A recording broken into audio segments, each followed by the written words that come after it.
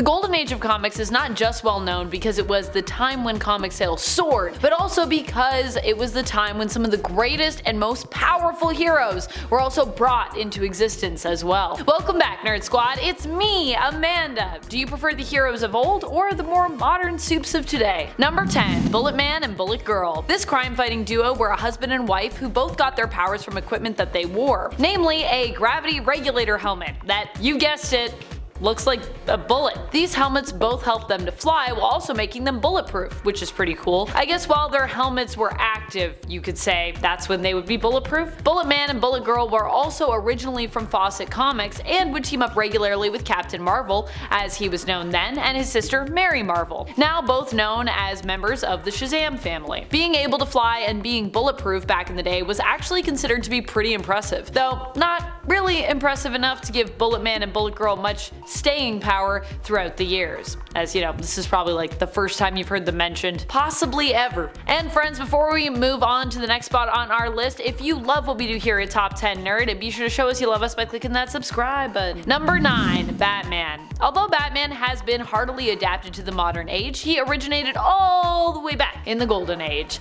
Batman first appeared in Detective Comics issue number 27 way back in 1939. And in fact, the comic he debuted in is the one DC gets their name from. DC actually stands for Detective Comics, which is the series that Batman first appeared in. So really, when we say DC Comics, it's kind of redundant. It's like saying Detective Comics comics. Although otherwise people might think you're talking about DC, the place, instead of DC the publisher, if you just say DC. So you might confuse people doing that. Batman might not have superpowers to speak of, but back in his heyday he didn't really need them. Back then, Batman had immensely strong plot armor, even stronger, I would say, than he has today, and even when it seemed like he didn't really have a plan, he would turn around and explain how actually everything he had done up until this point, including possibly things that we all thought were horrible mistakes while reading the issue, were all part of his intricate plot to apprehend the criminal. Batman's so smart. And hey, it always worked too, even his most crazy plans. This was also back when Bruce had not just the Batmobile, but also the Batplane and the Batboat. This Batman is no longer considered to be the same one we have today though, instead being designated as the Earth 2 variant. Number 8. Marvel Boy. There have been many Marvel Boys, and in fact, even 2 within the span of the Golden Age itself. For this point though, we are focusing on Martin Burns' Marvel Boy, who made his first appearance in Daring Mystery Comics issue number 6 in 1940, I believe the very first Marvel Boy, back when Marvel Comics was actually known as Timely Comics, despite the fact that, you know, we have Marvel Boy, so you would think it's Marvel Comics, but nah, this is Timely Comics. This Marvel Boy was often compared to Hercules when it came to his level of strength, and he actually appeared 5 years before Hercules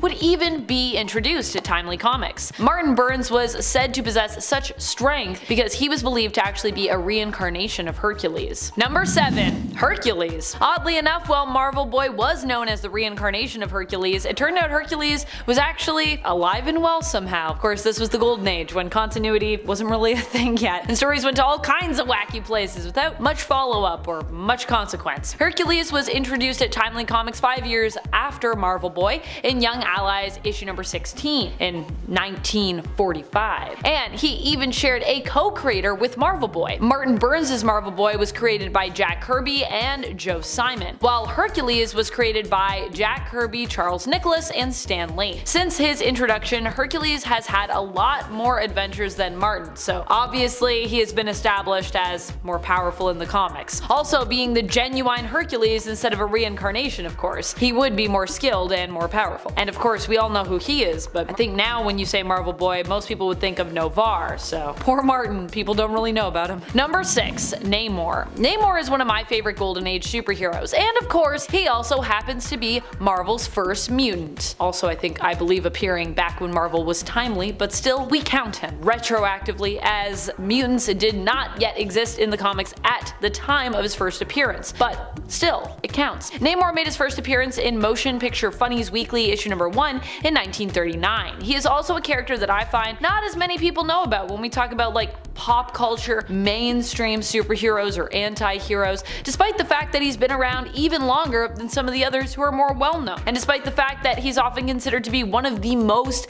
powerful superheroes over at Marvel. Though hopefully his appearance in Wakanda Forever will help to change some of that. At least I feel like they made him seem like pretty strong in that movie, which I think will be helpful for giving him some more pop culture staying power. Number 5. Wonder Woman. One of the greatest heroes of all time, Wonder Woman, and also one of the most powerful, and also one of the oldest, making her first appearance back in the Golden Age in 1940. Like the other classic heroes of old, the Golden Age Wonder Woman also ended up as an Earth 2 variant, despite being technically the original. She made her first comic book appearance in All-Star Comics issue number 8 in 1942. Despite the weakness of her bracers, where if her bracelets of submission were bound together by a man, she would become powerless, I would still say to this day she remains one of the most powerful Golden Age superheroes of all time, thanks to her superhuman strength, speed, and durability back then. Oh yeah, and old school Wonder Woman was also telepathic as well, and she had tons of gadgets and equipment, from her lasso of truth to her special earrings, invisible plane,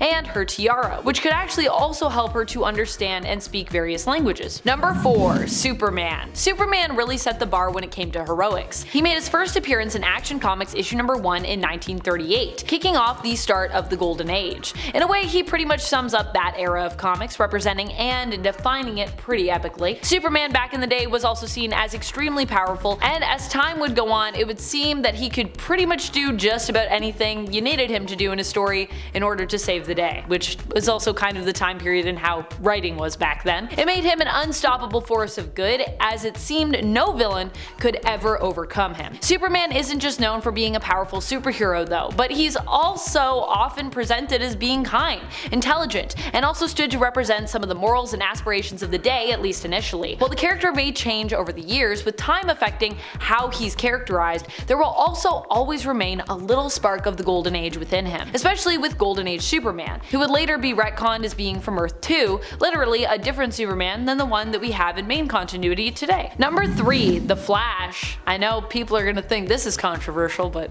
I'm standing by it. It feels weird putting the Flash, even for me, above Superman on, a most powerful list. The fact remains though that Jay Garrick actually has less weaknesses than Golden Age Superman, I'd say, and was still exceptionally powerful. In fact, while Superman is sometimes touted in the comics as being even faster than the Flash, Jay, as the Golden Age Flash, has been attributed with the ability to absorb the speed of other moving objects, and use that momentum to basically boost himself, which means that even if Superman could run or fly super fast, Jay would still, in theory, be faster. Now granted, this ability was showcased in the early 2000s in DC First Flash/Superman, and it was actually an ability that was learned by Jay from one of the fastest speedsters and Flashes around, Wally West, who is the modern day Flash. But the reality is, while Golden Age Superman got relegated to Earth 2, Jay was able to stay in the more main continuity of New Earth. Well, New Earth was the main continuity until Prime Earth came along, that is.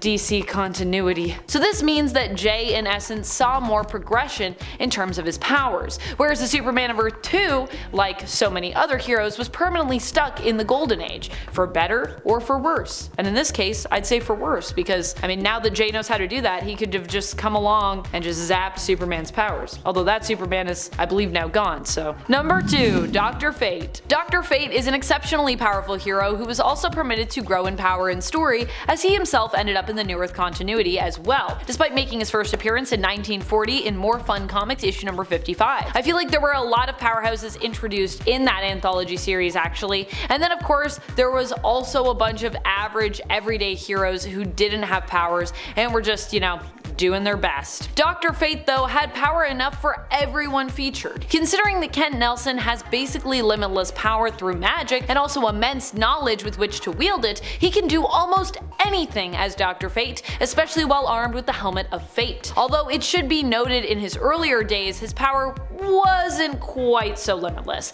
with him being vulnerable to magic exertion from constant spell casting, knockout gas, and asphyxiation. But hey, Superman has that magic weakness, so still think that Dr. Fate trumps him a little bit. Number 1. The Spectre. The Spectre is one of the most powerful beings in the whole universe, never mind just in the Golden Age. He also definitely earns his place above everyone else on this list, considering his long list of abilities from immortality and invulnerability to limitless power, which he can use used to travel to other worlds, know all, transmute matter, and reality warp. Like Jay, although the Spectre hails from the Golden Age, appearing first in More Fun Comics issue number 52, he would also stand the test of time, later being incorporated into the New Earth continuity. The wild thing is that some of these heroes are still considered the same people in continuity. So many superheroes and comic book characters, even those without life-preserving powers, are kinda like ageless vampires by our real-world standards. Thank you so much for watching, I will see you next time, but until then, you stay nerdy, YouTube. Bye!